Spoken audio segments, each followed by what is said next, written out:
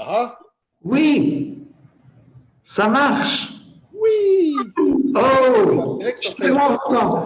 Oh, les amis, hello tout le monde. Je suis tellement heureux de vous retrouver. Ça fonctionne sur Facebook aujourd'hui. Hier, avec Mélissa, on était en direct sur YouTube. Je suis très heureux de vous retrouver. Comment ça va pour vous? Mettez votre état d'humeur dans les commentaires, dans les chats, parce que sur Facebook, on a droit aux commentaires. Donc, allez-y à fond. Tout ce que vous avez été frustré hier avec Mélissa de ne pas pouvoir écrire des commentaires, là, vous pouvez le faire. Donc, profitez-en. Je suis avec Martin Daigle. Hello Martin. Allô, André, comment ça va, toi? Mais ça va super. Toi aussi? Oui, très, très bien, très, très bien.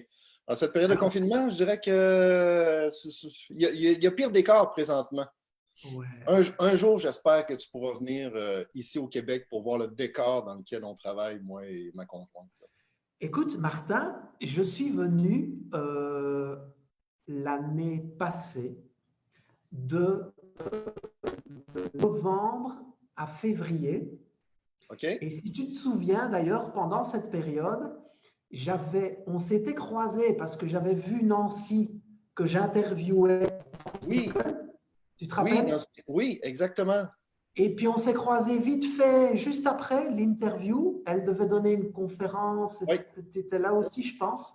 oui, c'est. Euh, donc voilà, j'ai connu le Québec dans cette période. Et moi qui suis je vais dire, Martin, je suis fan des Québécois, mais, mais je suis fan du soleil.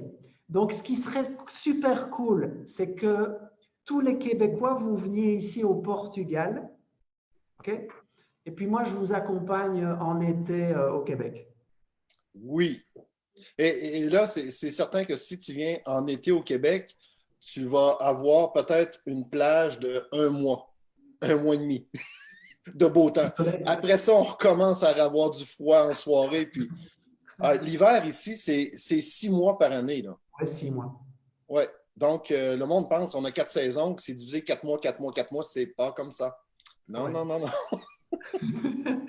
Donc, on imagine le froid en dehors de chez toi, mais avec ton beau sourire, tu vas nous ensoleiller notre soirée. Martin, les amis, si vous ne connaissez pas Martin Daigle, Martin, moi je l'ai connu toujours via ce fameux mastermind de Martin Latulipe.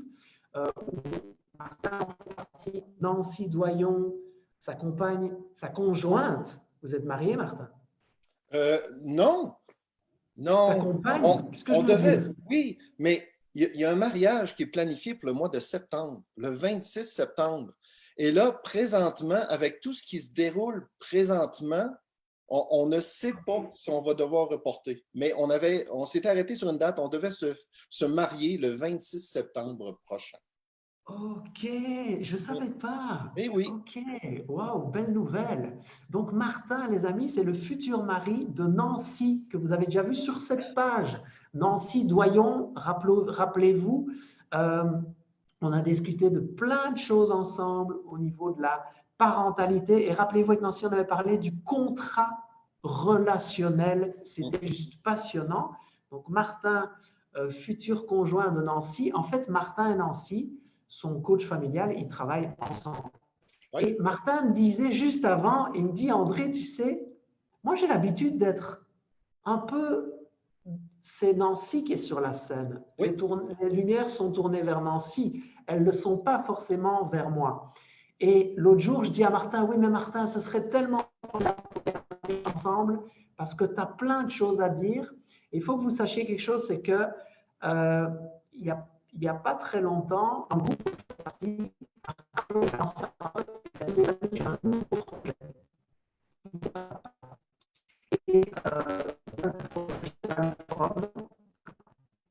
est-ce qu'on m'entend toujours? Oui, ben écoute, je ne sais pas si les gens entendent le son que moi ça fait, mais c'est comme si tu parlais en robot, André. Ah, parce que peut-être je parle trop et c'est toi qui dois parler. C'est un signe, c'est un signe. Parce qu'on dirait que le son, mon ordinateur me dit qu'il y a peut-être un problème avec le son. Bon, Juste pour vous dire, alors je fais très court. Martin a lancé un forum qui s'appelle Papa pour toujours, qui est à destination des papas. Je vais Exact. vous partager le lien dans le chat. Donc, si vous n'êtes pas un papa, mais que vous connaissez des papas, vous partagez ce lien parce que c'est génial ce que Martin propose. Et dans la thématique, Martin va nous parler de à quel moment ça s'arrête, la limite par rapport à ce que je veux transmettre à mon enfant, jusqu'où je vais en fait. C'est ça, Martin. Tu peux nous en Exact. dire un mot de la thématique? Euh, cette thématique-là, dans le fond, je l'ai développée simplement en lien avec une situation personnelle que j'ai vécue. Euh, pour faire une histoire courte, j'ai deux fils de deux mères différentes. Et puis, mon plus vieux, qui s'appelle Jonathan, a toujours eu de la facilité dans les sports. Puis moi, étant un gars qui n'a pas eu l'occasion, mais que je crois j'ai un talent naturel pour les sports, mais que j'ai jamais eu l'opportunité d'en faire lorsque j'étais plus jeune. J'ai toujours commencé sur le tard. J'ai commencé à jouer au hockey, j'avais 30 ans. Okay. J'avais jamais mis de patin dans mes pieds avant 30 ans. Donc, j'ai commencé à jouer au hockey à l'âge de 30 ans. Et puis, puisque je ne savais pas patiner, il y a de mes amis qui m'ont dit, ben, tu vas être gardien de but. Donc, j'ai commencé comme gardien de but à 30 ans. Puis, sincèrement, il y a des personnes qui venaient me chercher pour participer à des tournois de hockey en disant, hey, tu jouais du gros calibre quand tu étais jeune. Non, j'ai commencé à jouer à 30 ans. Mais là, mon fils que je parle, Jonathan, a cette habileté-là, a cette capacité dans les sports, il a de la facilité. Et puis, naturellement, comme père sportif, on veut que nos fils fassent du sport également, qu'ils s'accomplissent dans ça. Et puis des fois, ben, je pense qu'il faut réaliser que des fois, on veut peut-être plus que nos enfants. Puis là, juste vous expliquer une situation qui est arrivée. Jonathan, à l'âge de 10 ans, a demandé s'il pouvait commencer à jouer au hockey. Donc, moi, ayant pas pu jouer quand j'étais jeune, j'ai dit, hey, là, oui, c'est sûr que je vais pouvoir aller voir mon gars jouer au hockey et puis ça va être agréable. Puis... Mais là, j'ai commencé à tenter le terrain puis à lui parler tranquillement, mais en lui disant, ben, tu sais, Jonathan, tu as 10 ans. Il y en a qui ont commencé à jouer au hockey, il y avait 3, 4, 5 ans. Donc, ça se peut que les premières fois que tu embarques sur la patinoire, que tu te fasses enlever la rondelle. Donc, il va falloir que tu sois persistant puis que tu prennes ton courage puis que tu essaies toi aussi, pas que tu te décourages, mais que tu essaies d'essayer d'enlever la rondelle. Mais il ne faudra pas que tu te décourages. Et puis, vient le camp d'entraînement lors de sa première saison. Et puis ici, on a un amphithéâtre qui s'appelait communément dans le temps le Colisée de Québec, où est-ce que les Nordiques jouaient dans le temps. Donc, moi, à titre de papa, d'aller porter mon fils au Colisée, puis de dire il va jouer sur la patinoire où est-ce que les défunts nordiques de Québec jouaient, pour moi, mon cœur de papa, de sportif, il était tout enthousiasme. Je tripais. Puis finalement, avant d'embarquer sur la patinoire, je dis, Jonathan, n'oublie pas ce que je t'ai dit. C'est important de donner ton effort, fais ce que tu peux, puis advienne que pourra. Dans cet exercice-là, dans ce camp-là, puisqu'il n'avait jamais joué au hockey, les coachs ont demandé, bon, quelle position vous voulez faire, tout ça. Fait que mon fils a dit, je vais être défenseur. Défenseur, je n'ai pas besoin de patiner tant que ça, je fais juste rester à la défense, puis j'essaie de stopper les personnes qui viennent compter. Et puis, finalement, ce match-là, mon fils a contrôlé la rondelle pendant le 3/4 du match. Il a compté, je pense, 12 buts dans la pratique. Il partait de la défensive et puis il passait tout le monde. Puis là, on fait comme, voyons, c'est quoi ça? Il manipulait la rondelle, il avait une facilité, une aisance, il contournait les autres joueurs. Et puis là, c'était rendu à la fin qu'il se démarquait, il était en échappé devant le gardien adverse, mais il attendait des coéquipiers qui viennent le rejoindre pour faire des passes. Parce qu'il disait, là, c'est trop facile. Là, il fait OK, il y a un talent certain, un talent pur. C'est un diamant brut. Fait que j'ai dit, je vais essayer de le pousser. Mais c'est bien beau vouloir le pousser, mais là, je pense qu'à travers tout ça, ce que je voulais faire, c'est réaliser mon rêve à moi. Mm. Parce que, de fil en aiguille, mon fils, malgré son talent, ne voulait pas, lui. Il voulait jouer au hockey pour avoir du plaisir. Il ne voulait pas jouer compétitif. Pour lui, il disait, oui, mais je ne veux pas participer aux pratiques. Moi, je veux juste embarquer sur la patinoire, puis compter des buts de temps en temps, mais je n'ai pas besoin de plus que ça. Donc, il a joué au hockey pendant 6 ans. Mais pendant les 6 années qu'il a joué au hockey, il a toujours joué dans du sous-calibre. Il avait le talent. Il avait le talent pour monter, pour grimper des échelons. Mais il n'a jamais voulu. À un moment donné, j'ai eu une prise de bec avec. Parce que moi, de voir qu'il y avait un talent comme ça, puis de ne pas l'exploiter, je me disais, mon rôle de père, c'est de le pousser. Donc, je vais le pousser au maximum pour qu'il puisse développer ce talent-là et puis qu'il puisse s'accomplir. Mais malheureusement, j'ai eu beau pousser, puis ça a fait en sorte qu'on a eu des conflits majeurs entre moi et mon fils parce que je le poussais dans une zone où lui ne voulait pas aller. Je le poussais vers un chemin que moi-même j'avais tracé pour lui, Ouais. mais lui ne voulait pas prendre ce chemin-là. Mm. Pour lui, jouer au hockey, c'était pour s'amuser, c'était pour se divertir, c'était pour dépenser son énergie. Moi, ma vision, le chemin que je voyais en disant, ben, il y a du talent, c'était OK. Mon gars, éventuellement, va jouer dans la Ligue nationale de hockey. Ou, si jamais il ne joue pas dans la Ligue nationale de hockey, il va aller jouer dans des ligues élites en Europe. Mais il y a du talent. Donc, pour moi, je cherchais à le pousser constamment pour ça. Donc, jusque où on peut pousser notre fils ou notre fille à faire quelque chose qui répond à nos besoins à nous, dans le fond, qui, qui répond à nos rêves, ou qui, dans le fond, qui vient nous récompenser, nous, à titre de parents. Ouais. Tu as réussi à répondre à la question? euh, c'est difficile parce qu'il faut laisser son ego de côté. Il faut vraiment laisser son ego de côté et être capable de dire mon enfant va suivre son propre chemin. Ça, c'est quelque chose qui est très difficile. Parce que le chemin, nous, qu'on se trace pour notre enfant, c'est un chemin pavé. C'est un chemin où est-ce on va mettre de l'asphalte, puis on dit, on va tout enlever les embûches qu'il peut vivre pour que ça soit le plus facilitant pour lui possible. Ça, c'est le chemin qu'on trace pour notre enfant.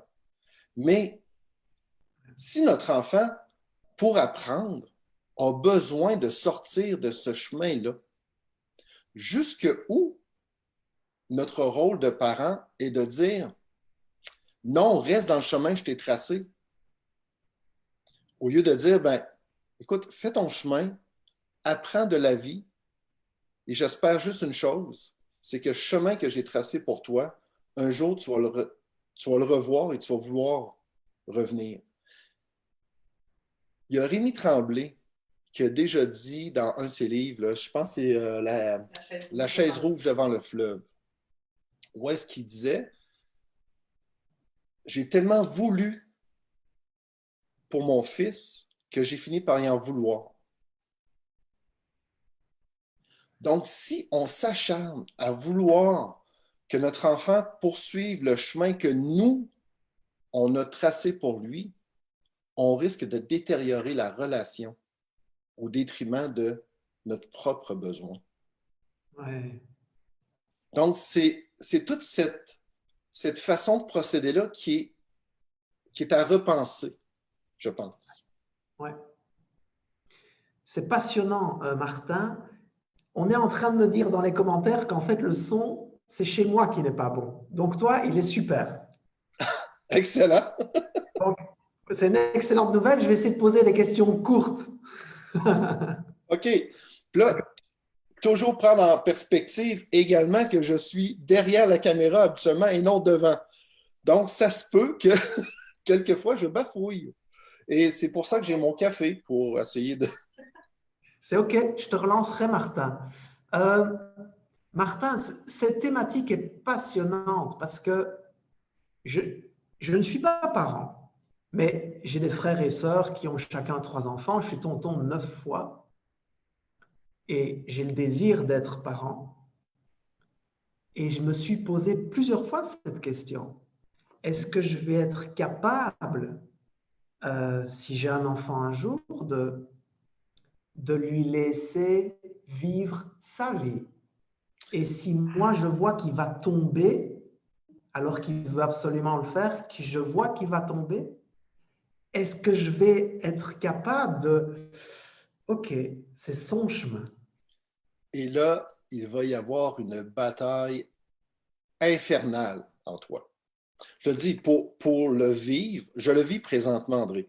OK. Euh, Présentement, je t'ai parlé de mon fils Jonathan qui avait un talent pour le sport, mais en même temps, mon fils a un, un petit peu d'opposition, disons. Donc, il n'aime pas se faire dire quoi faire. OK. Il a ça de qui? De toi? Ah, mon Dieu! C'est confrontant de se faire dire ça, hein? Mais je crois qu'il y a un peu de moi aussi là-dedans. Mais moi, j'ai appris avec le temps à m'apaiser, à me calmer. Mais c'est ça, Jonathan est une personne de tête. C'est une personne qui a besoin de vivre ses expériences. Il a besoin, il a besoin de vivre les choses à sa façon à lui. Donc, c'est certain que moi, ça a généré énormément de conflits. Puis tu parlais, André, tout à l'heure, de dire jusqu'à quand, à un moment donné, on a le pouvoir de dire est-ce qu'on compromet la relation qu'on a ou on lâche prise et on lui laisse tracer son propre chemin. C'est pas évident parce que on le sait, là, le chemin que notre enfant va prendre, qui n'est pas le chemin pavé qu'on a fait pour lui, il va vivre des embûches, mais il va se mettre dans le trouble aussi. Là. On ne se cachera pas. Moi, mon fils s'est mis dans des situations, il a fréquenté des personnes qui n'étaient pas des enfants de cœur.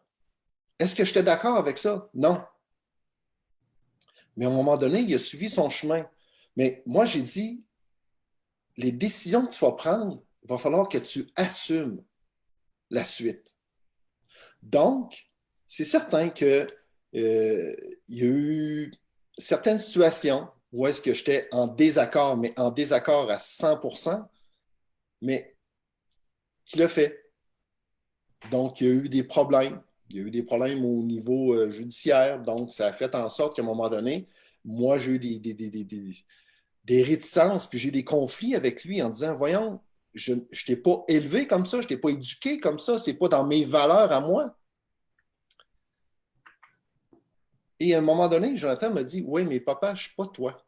Moi, j'ai besoin de tracer mon propre chemin. J'ai besoin de vivre des expériences. Puis mon chemin, ce n'est pas ton chemin à toi. Puis mon chemin, oui, il risque d'être difficile. Je suis conscient de ça. Puis tant que je vais assumer, puis là, il est chanceux, sincèrement, il est chanceux parce que au niveau assumer ses actes, il a toujours réussi à se faufiler à travers le système un peu. OK. Mais, à un moment donné, ça vient confronter mes valeurs à moi. À partir de là, tu sais, je veux dire, comme pour mon fils, j'ai compromis un peu la relation que j'ai avec. Mais on est deux dans cette relation-là. Oui, j'ai peut-être mis trop de pression à vouloir qu'il rentre dans le droit chemin, qu'il prenne le chemin que moi j'avais tracé pour lui. Puis lui, il a tellement pris à cœur le fait de dire je veux me distancer de ça et je veux faire mon propre chemin à moi, quitte à me mettre dans le trouble, de vivre des situations problématiques. Mais à un moment donné, on ne se rejoint plus, puis on espère un jour de dire, ben, écoute, ce que moi, je peux faire de mieux pour lui à travers tout ça, c'est d'être présent, de montrer de l'empathie, puis de dire, oui, c'est vrai, des fois, tu prends des mauvaises décisions, je suis d'accord, mais à cette heure, tu assumes. Mais je vais toujours être là pareil. Si tu as Ouais, besoin de conseils, si tu as besoin de quelque chose, je vais être là. Mais on ne peut pas le forcer à prendre le chemin qu'on a tracé. c'est ça. Quand tu dis, euh, Quand tu dis, Martin, être présent, c'est une question de présence physique, qu'est-ce que tu entends par là, être présent? C'est une présence psychologique, André. De toujours savoir que... Je vais te raconter une histoire. Quand j'étais plus jeune, j'ai vécu une situation financière très problématique. Écoute, j'avais de la difficulté à mettre de la nourriture sur ma table. Donc, j'ai passé quelques jours sans manger. Et puis, j'allais rendre visite à mes parents. Puis mon père, lorsque je parlais de situations comme ça, sortait toujours un petit peu d'argent de poche qui s'était caché lui-même pour ses dépenses personnelles. Puis il me donnait cet argent-là. Puis il me disait, Martin, c'est pas grand-chose, prends-le, ça me fait plaisir. Puis je dis, papa, ouais, mais moi, je vis mes situations, puis je comprends, mais tu n'as pas à faire ça. Mais il dit, sais-tu quoi? C'est là que j'ai pris justement mon, le nom de mon groupe, de Papa pour toujours, parce que mon père, un jour, m'a dit, peu importe l'âge que tu vas avoir, je vais toujours être ton père, puis je vais toujours être là pour toi. Ah, Au-delà du support physique qu'on peut avoir, c'est le support moral, le support psychologique qu'on peut donner à nos enfants. De justement dire, ben, écoute, tu veux tracer ton chemin à toi, c'est pas dans mes valeurs. Puis tu es conscient que c'est pas dans mes valeurs. Mais si tu as besoin de suivre ce chemin-là, sache que je vais demeurer là pareil, puis je vais continuer à t'aimer. ouais. Puis ça peut être difficile. Ça peut être très difficile parce que, je l'ai dit tout à l'heure, des fois, ça va à l'encontre de nos propres valeurs à nous. Les valeurs qu'on a essayé d'inculquer à nos enfants vont être confrontées face aux situations que notre enfant va vivre. Comment est-ce que Martin, dans ces cas-là, cette tension, tu dois vivre à l'intérieur, Oui. qu'est-ce- comment tu la vis? Est-ce que tu as une façon de l'évacuer?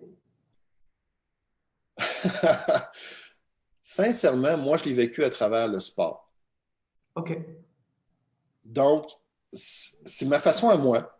ouais, Moi, ma façon d'évacuer le stress, souvent, c'est de faire le sport. Puis là, présentement, en cette période de confinement, on vit du stress, là. Puis là, je ne fais pas de sport. Sincèrement, je ne file pas bien en dedans.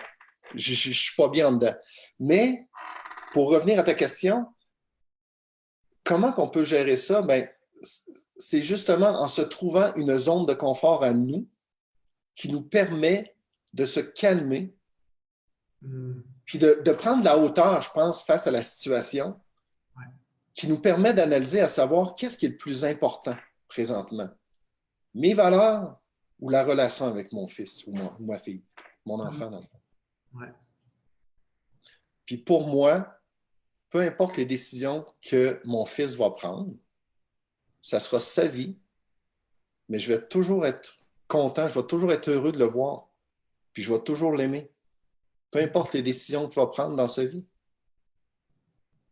C'est ce qui fait en sorte que des fois, on a de la difficulté à comprendre que il y a des parents, même si leurs enfants font des actes criminels et ils vont en prison, allez demander aux parents voir s'ils aiment encore leurs enfants. Au-delà des agissements, des actes qu'ils vont faire, là, il y a un amour inconditionnel qu'il faut qu'il soit là. Puis il faut que l'enfant le sente, ça. Donc, prendre la hauteur lorsqu'on est sur le bord du précipice de notre côté, de dire, ben, écoute, c'est quoi qui est le plus important? Puis moi, de mon côté, ben, quand on a des enfants, on sait que plus tard, ça va être notre héritage, puis c'est eux autres qui vont venir nous rendre visite. Je trouve que la relation qu'on a avec nos enfants est hyper importante. Ouais, tu as raison. Et puis, il y a certainement quelque chose qui va certainement shifter à un moment donné, c'est quand lui va devenir papa, il va se rendre compte en fait, il va venir te trouver, papa, Et, je crois que je comprends, je crois et que je voilà. comprends ce que tu Oui, veux. exactement. Puis on ne veut pas entrer aussi, parce que si on se projette à plus long terme, André, moi, j'ai déjà eu conscience de grands-parents qui n'ont jamais vu leurs petits-enfants à cause d'un conflit qu'ils ont eu avec leurs enfants. Donc, à titre de grands-parents, sincèrement, là, est-ce qu'on veut dire qu'on détériore ou qu'on détruit la relation avec notre enfant dans l'éventualité de peut-être même pas voir nos petits-enfants non plus? Ah, Ça, ça te ça va très, très loin. Donc, pour moi, une des priorités, quand on dit d'être présent pour son enfant, c'est vraiment de dire, peu importe les décisions que tu vas prendre, je vais toujours être là. Je ne serai pas d'accord avec toutes tes décisions, mais je vais ouais. toujours être là pareil. J'adore Martin parce qu'en fait, ce que tu dis là, c'est lui offrir, au-delà des choix qu'il prend, c'est lui offrir une profonde sécurité. C'est lui Oui, dire, peu importe ce que tu vas choisir, je ne serai pas forcément d'accord, mais je t'aime et je suis là pour toi. exact. Waouh, c'est formidable. Tu sais, puis moi, j'aime beaucoup l'image du phare. Le phare sur le bord de l'océan. Ouais. À titre de parent, de père, de mère, notre rôle, c'est de dire à notre enfant, pars, va avec ton navire, faire ton chemin, mais je reste toujours là, stable, fixe, puis je vais toujours être ta référence, mais je vais toujours être là. Puis si jamais tu veux revenir au domicile, je vais être là, je vais être présent pour toi. Hmm. Génial, Martin. Martin, tu as partagé beaucoup de choses fantastiques. Tu as parlé de l'ego, que souvent on se projette à travers notre enfant et que c'est intéressant de regarder, est-ce que ça m'appartient, c'est quelque chose que moi je voulais réaliser ou est-ce que je peux le laisser faire son chemin. Tu as parlé d'être présent. Tu as parlé du fait de dire, bah voilà, je serai toujours là, je t'aime, je ne serai pas d'accord forcément avec ce que tu fais, on peut en parler si tu as besoin d'une oreille, mais je serai là. Donc ça offre de la sécurité. Tu as parlé de prendre de la hauteur, d'avoir une zone dans laquelle on peut se placer pour prendre de la hauteur par rapport à une situation. Et tu as dit beaucoup de choses que j'ai adorées, mais il y en a une que je vais vraiment retenir.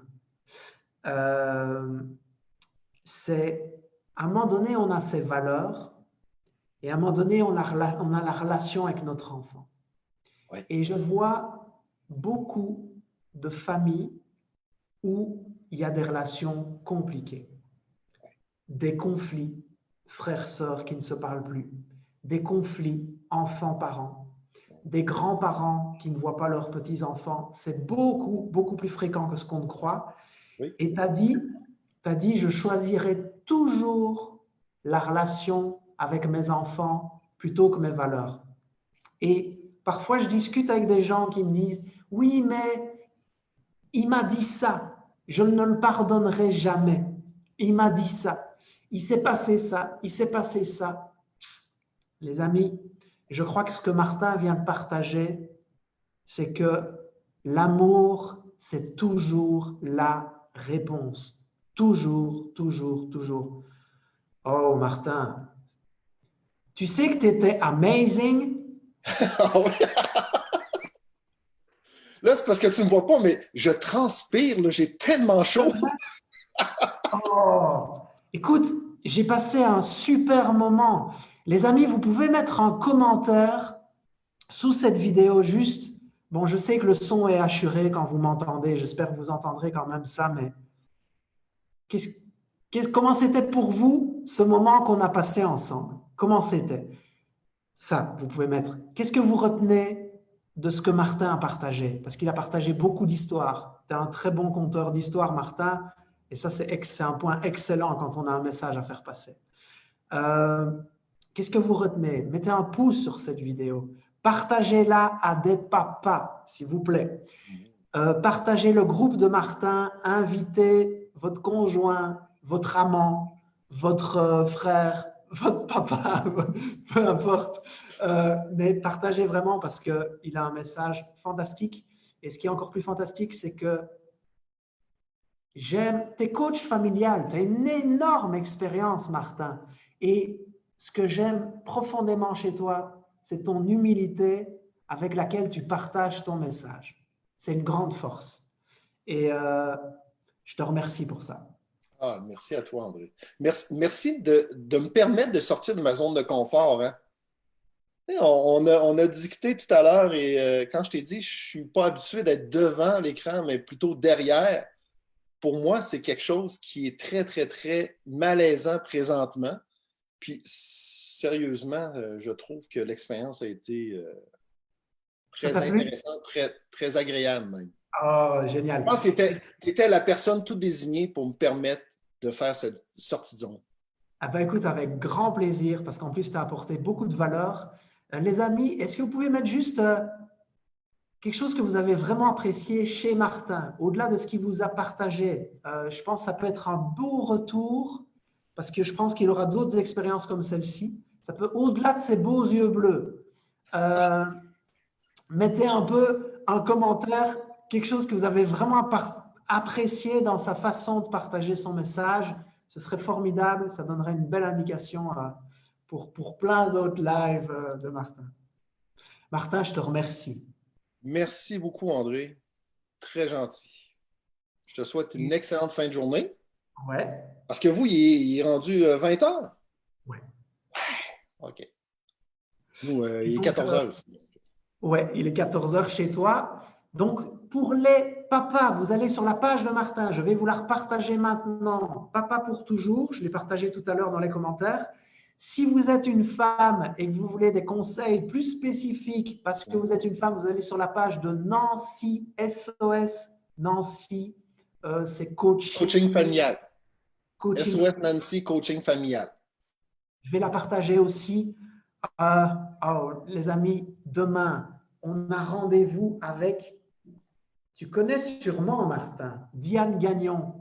Ah oui! Hey, c'est mon Ouais. amie Diane. Oui! Elle est extraordinaire. Ah, j'aime beaucoup Diane.